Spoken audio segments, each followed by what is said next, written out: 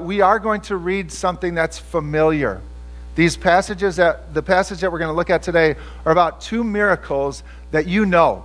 I'm sure you know. In fact, I'm confident if I went downtown this week or if I stepped into the public library and I just asked a random group of people, what are some of the miracles that you've heard that Jesus did? And I would guess that many people, Christian, not Christian, whatever, would say, I heard that he fed 5,000 people one time with bread and fish, or I heard that he walked on water. And so today we're going to go through those two miracles. And I just want to warn you again in advance, you've heard it before. You've heard these passages before, these miracles before. You've heard multiple sermons, even possibility, with preachers trying to pull something different and new out of it for you to think about as you think about these very familiar stories. And I just want to just put that into perspective a little bit for you, to not get caught in the familiar. So about 15 years ago or so now, we have had cell phone use for a decade or a little bit more than that, and we've gotten used to it, dating back to this original phone. This was my first phone. I would guess that some of you had one that looked a lot like that. It was really cool. Like, I can remember working for Coca-Cola, and I got between Waupun and Campbell Sport, and like 10% of the time, you could make a call with that thing. It was really neat, that you could be mobile and make a phone call. It was amazing. And then we got kind of used to actually calling from places that didn't involve a payphone.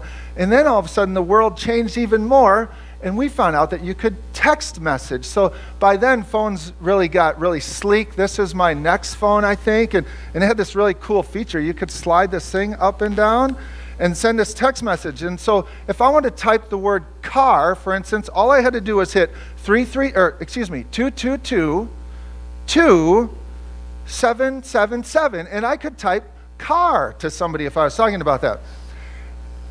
And then we got used to text messaging, right? I mean, now we almost all do it. My kids think it's so cool when Grandpa sends one of his 4 text messages a year, like great game last night or something. It's just part of who we are, right? We've been using it now for a while. But in the midst of that, about 10, 15 years ago, then I remember hearing this information that over in Japan, there were these new kind of phones that were called smartphones. And you could use a screen and get on the internet anywhere. And I remember thinking, why would I ever need the internet that much? And now it's overtaken our world, right?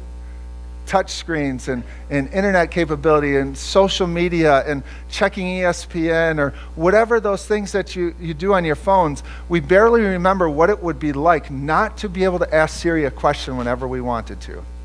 Not to come into contact with someone right now. Whenever I had the thought, I can call or text them to find out my answer, right? It has become so familiar to us that we don't even remember or recognize what it was like before we had it. I kind of think that's what can happen to us when we hear these miracles, these stories that we've heard before, how Jesus turned water into wine, how he raised Lazarus, his friend, from the dead. He raised him from the dead, how he healed that man at the pool of Siloam. We've talked about that. And then today, how Jesus turned 5 loaves and 2 fish into enough food to feed 5,000 people, how he walked on water. You've heard it before, right? A second tendency, I think, that we tend to have when we hear these miracles is to look down upon those around him. To hear that and think, how did they not know? How come they were always so surprised when he did something else? They'd seen how many things by now, and every time the disciples still like, huh? Like, how did that just happen? And we tend to think, how did they not see it? Well, guys, we need to remember, we have the luxury of living 2,000 years after this. We know the ending, or at least the ending in regards to Jesus being the Messiah. It's kind of like this, another something that would be good for 30-somethings. Remember when the movie The Sixth Sense came out in the theaters? about this young boy and Bruce Willis on there. And this boy had the ability to see and talk to people that his mom and others couldn't see. And he goes to these ongoing therapy sessions with Bruce Willis, who'd also been through some hard times after an accident. It's an edge-of-the-seat, scary thriller kind of movie. And then at the end, we're all taken like, what? What just happened there, right? I remember walking out of the theater with a, to use a modern vernacular here, wait, what? Like what just happened? And then you watch it again, the second and third and fourth time, and you're like, oh, I see what he did there. Oh, I get it now. Oh, and you start putting the pieces together that the writers and the directors put in there the whole time. Again, kind of the same thing that we have as we see the pieces of who Jesus is. But to be honest, if we're not much different than the disciples, we would have been much the same. We would have been just as surprised. We would have been doubting just as often as they did. In fact, they were doubting right up until the very end of Jesus leaving them. And so today, I hope you hear these passages again in a new way, that you see the amazingness that Jesus has to offer, the crazy, amazing things that he did as he walked the earth, from John chapter 6. We're going to continue to see how John is hoping that his readers hear that Jesus is God and that he is worth believing in. John chapter 6, we're going to read the first 14 verses. Sometime after this, Jesus crossed to the far shore of the Sea of Galilee, that is, the Sea of Tiberias, and a great crowd of people followed him because they saw the signs that he had performed by healing the sick. Then Jesus went up on a mountainside and sat down with his disciples. The Jewish Passover festival was near. When Jesus looked up and saw a great crowd coming toward him, he said to Philip, "Where should we buy bread for these people to eat?" He asked this only to test him, for he already had in mind what he was going to do. Philip answered him, "It would take more than half a year's wages to buy enough bread for each one to have a bite." Another of his disciples, Andrew, Simon Peter's brother, spoke up. "Here's a boy with 5 small barley loaves and 2 small fish, but how far will that go among so many?" Jesus said, "Have the people sit down." There was plenty of grass in that place, and they sat down. About 5,000 men were there. Jesus then took the loaves, gave thanks, and distributed to those who were seated as much as they wanted. He did the same with the fish. When they all had enough to eat, he said to his disciples, "Gather the pieces that are left over. Let nothing be wasted." So they gathered them and filled 12 baskets with the pieces of the 5 barley loaves left over by those who had eaten. After the people saw the sign Jesus performed, they began to say, "Surely this is the prophet who is to come into the world." Jesus, knowing that they intended to come and make him king by force, withdrew again to a mountain by himself. Again, can you imagine? Can you imagine looking into the distance, seeing Jesus up in front of them or down in front of them, however that went, with just this little bit of food? Can you imagine what it would have been like to see Jesus coming, again, the way it's described here, and then it's described in all 4 of the Gospels, Jesus coming from the west side of the Sea of Galilee over to the east side of Galilee. It had to be like a regatta was out there on the water. So many people were leaving there, coming with him, following across. When he gets across and lands on shore, there had to be people like, what are all those? That's it. That's the guy. That's the one we've been hearing about. And so this huge, and I mean huge, crowd shows up. And throughout the day then, even though it doesn't describe it in John here, the other disciples, or the other Gospels do, the crowd gathers and Jesus is teaching throughout the day to the people. And so this is a major event going on. And so what specifically can we learn from John's account that we just read? I think there's a few details that would be easy to miss. At least when I was reading it again, I wrote down like, why this? How come him? And so those are the things I want to talk about this morning. The first is there in verse 4. You might have read it as just not that important. In verse 4, it says, John mentions that the Jewish Passover festival was near. Now, of course, this gives us a time of year, right? We know in our current calendar, the Passover tends to be around Easter, right? And so that means it's spring, and that could also be seen in that a little bit unusual detail of there was plenty of grass for the people to sit on. So we could see it as simply a time of year notice that John is giving us to get the setting a little bit. But it's more than just, hey, it was springtime, kind of a note. Because this is the second time already in just these first 6 chapters of John that John mentions the Passover as a time that Jesus does something big. The first one being back in chapter 2, verse 13, when John describes Jesus clearing out the temple courts with his whip and knocking over tables, etc. John notes that also was around the Passover. We see that again here. John will do it again in chapter 11. So that's a big deal. You see, John continues to help us understand, help the reader understand that believing in Jesus is a big deal. And he keeps unpacking this idea of who Jesus is. And he traces it back to the Jewish heritage around the Passover. This Passover festival where the people look back to the time when God used Moses, when God took the people out of Egypt. And he saved them by the blood of a spotless, perfect lamb. By putting the blood of that lamb on the doorframes of the house that would save them from an imminent death. The blood of the lamb will save them. And he connects Jesus to the Passover again. The second why question for me was this. Why Philip? It's Philip. John describes him by name. He doesn't just say one of the disciples said, but Philip is the person. Why is Philip the one who gets asked by Jesus? Where shall we buy food? Where can we get bread for all these people? Well, to start, the other Gospels mention that they are in Bethsaida. John doesn't say that, but the other Gospels do. And we know from John 1:44 that is Philip's hometown.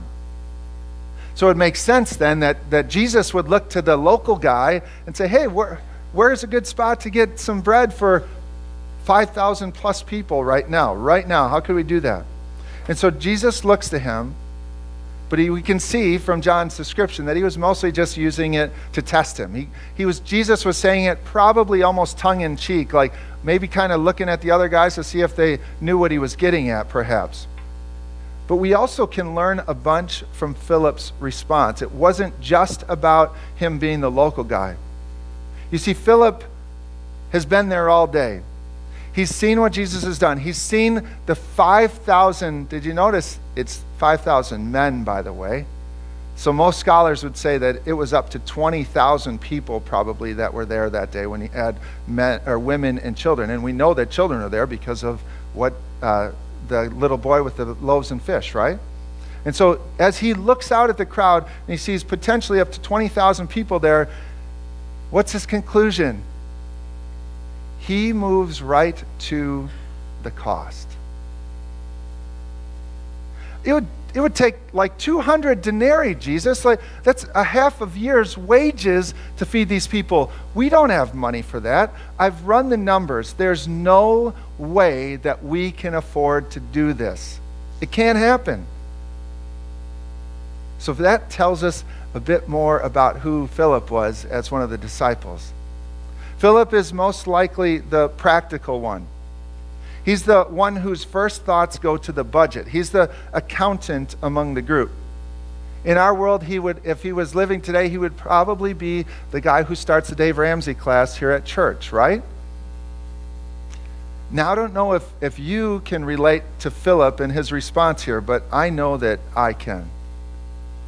How often don't I think that way? How often don't I jump to money or how often something is going to cost? For instance, the fall sports seasons are over and basketball is going to be coming for my kids, and I love basketball. I love basketball season, but how often doesn't my mind go to, how much are the shoes going to cost this year? Or I hear one of our kids needs braces and the picture of what their teeth might look like, and my brain goes to, how much is that going to cost? Jenny has an idea for some home improvement, and she's got plenty, but she's got She's not here, so I hope she's not listening later. But she does a great job. She's got an idea. She makes our house so much better, whether it's just a new picture on the wall or changing our bathroom. And she's done it time and time again. And the house is awesome when she does something. And my first mind goes to, how much is it going to cost, right? How are we going to pay for this? How can we do that? Philip's faith, as Jesus puts it for him, Philip's faith was held back by the crunching of numbers, of money, of control, of sensibility. And Jesus was going to teach him something. He was going to teach him that he doesn't care about how much something costs. He's the creator of the world. He is not held back the way that human beings are typically held back. He provides in ways that we could never imagine were we to try and accomplish it on our own. We can learn a lot from Philip. And we can learn a lot from how Jesus interacts with him. And after Philip then is done, we see another disciple. We see Andrew, who also is from Bethsaida, by the way. But Andrew had been walking through this large crowd trying to figure out, okay, is he serious? Are we really going to feed these people? What do we have to do? And he comes back, and he's got a little guy at his side. And he says, in essence, in fact, that the translation would go, basically, I found this little tyke with 5 loaves and 2 fish. That's what we have, Jesus. And I would imagine he's kind of looking at the other guys. Maybe he's like, this is it. But maybe he's like, this is it. We don't have another way. And so he's kind of saying, Jesus, I'm sorry, but there's no way that we can pull this off. This is all we have. And Andrew then, like Philip just a bit earlier, shows that these guys are still trying to figure out who Jesus is. They've seen some. They know that something is special about him, but they still continue to underestimate what he's capable of. And in the midst of that, we see that their faith is still pretty small. We do that too, though, right? We know Jesus. Many of you in here today are born again. You know who he is. You're following him with your life. You've seen him time and time again work out things for your good, even the things that looked really bad.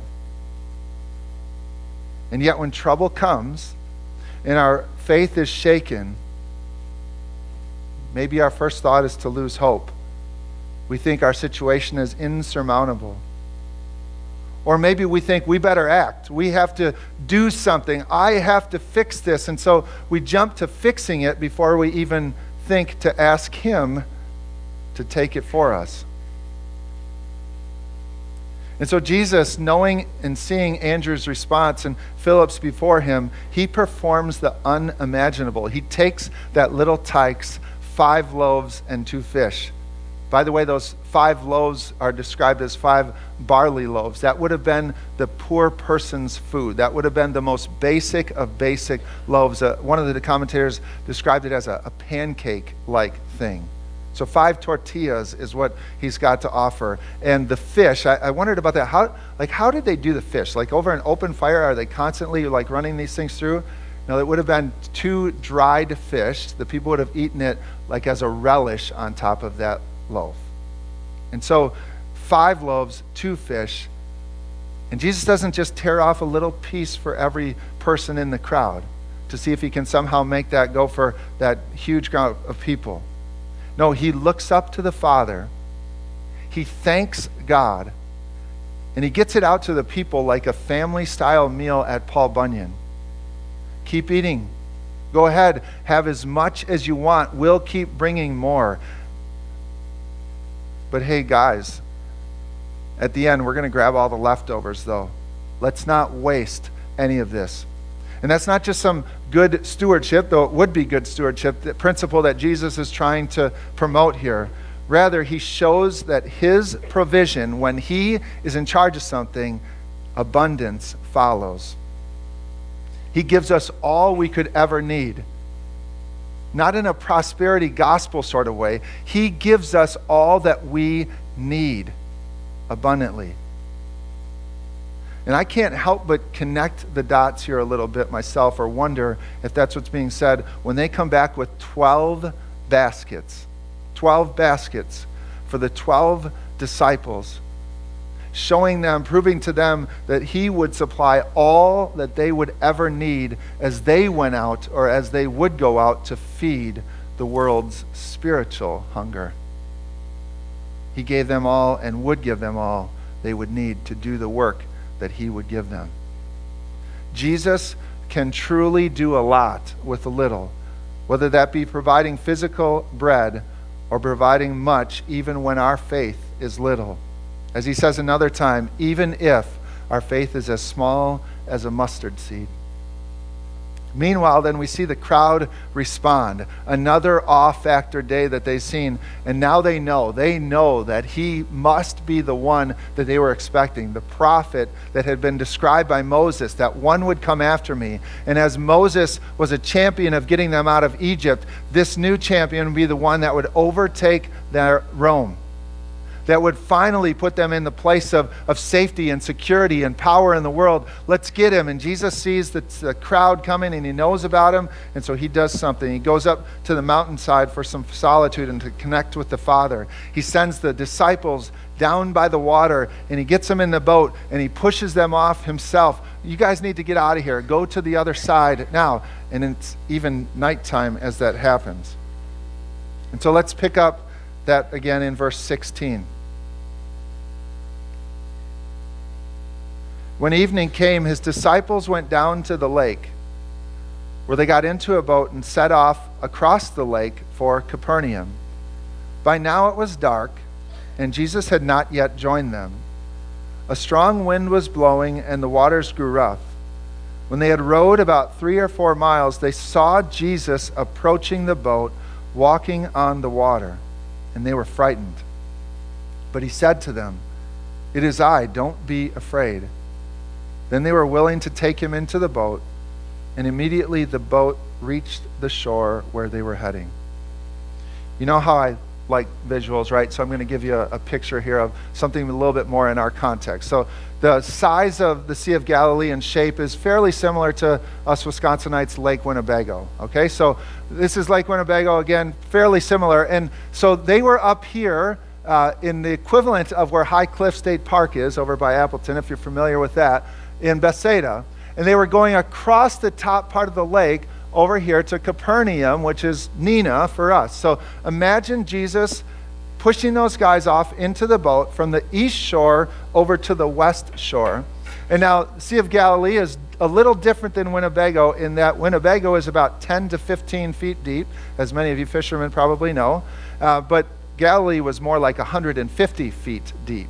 So a little bit different there. The other thing is Galilee was 600 feet below sea level. Now we don't have anything like that here, but as it was below sea level and the hills were all around it, that created some serious turmoil sometime out on the water. That was a sea of water that would be oftentimes have storms crop up. And that's just what happened today. And so they leave around 6 p.m. when evening came, is what we see here in John. They leave about 6 p.m. is what you'd assume there. And they're rowing their boat, looking to the east most likely as they're rowing to the west. And as the night hits on, a storm comes up. And so the waves would have been crashing into the front of their boat as they're trying to go. In fact, after about 9 hours, they'd only gone 3 or 4 miles. Now that's some extra detail that we have to get from the other Gospels, but we can see that. And so I'm not much of a boat person. I've been on the water since in the 5 years that we've been here, probably 3 times as much as I have my whole life. Okay, and so this is more than just being out on Lake Minocqua. The closest thing I can think of in my life is a couple years ago we were on the Mississippi River with some friends. We went on a pontoon boat from Stoddard up to La Crosse. It was a beautiful day.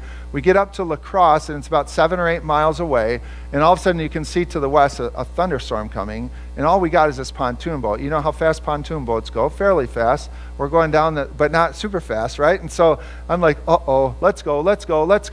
And I'm like starting to panic as this storm is coming. We get a mile or two, and in the Mississippi, maybe I'm a wimp, I don't know, but like when I think of the Mississippi, I do not want to fall into the Mississippi River for multiple reasons. It's disgusting, but I also don't want to get swept away by any undercurrents. It just scares me, so I want nothing to do with falling out of this boat at any time. But here comes this storm as the waves start picking up, lightning going in the distance. I'm like, what are we going to do? How are we going to survive this, right?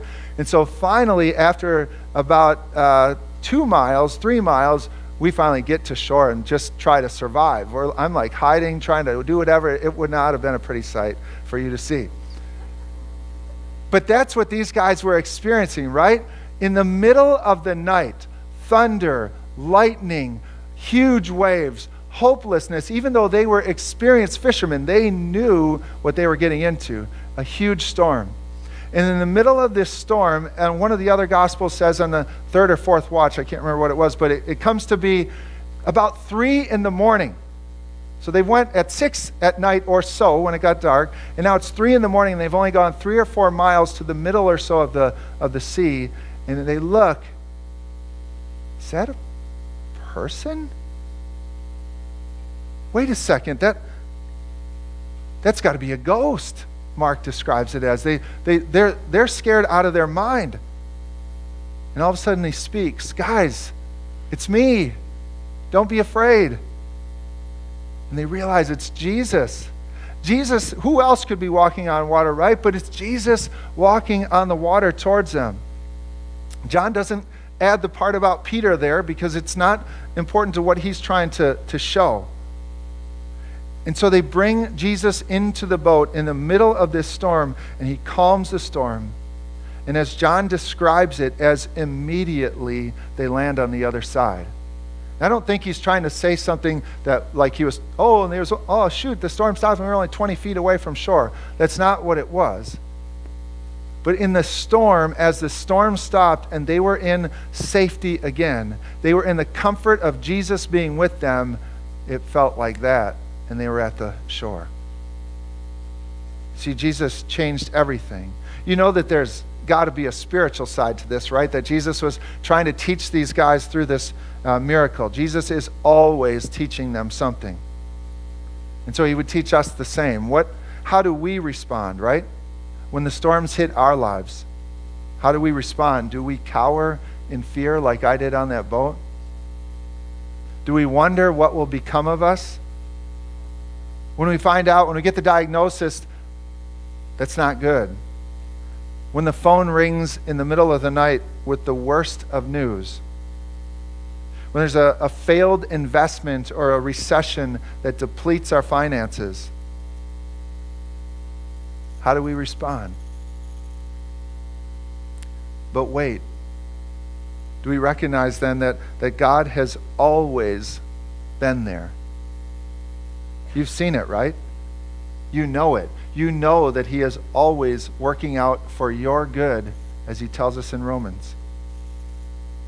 You know, back to your childhood maybe, when you used to sing the song, he's got the whole world in his hands. In fact, we sang it this week with our children.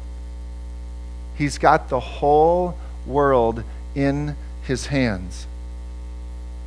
It's just that sometimes he uses the storm to remind us just of who he is and just of what he thinks about you. I think back to the story of Job. Near the end of the book, near the end of the account, Job concludes, "My ears had heard of you, but now my eyes have seen you." Through all the storms that Job had been through all the storms we have been through, God has shown himself again and again and again that he is, as described in the Old Testament, Jehovah Jireh. The Lord will provide. And so again, John, in this chapter, through these 2 miracles of Jesus, continues to paint the picture of what it means to believe. To believe in this amazing Jesus. And so let me ask you again, friends, do you believe? Do you live a life that shows it? Through the good times and the bad. Let's pray.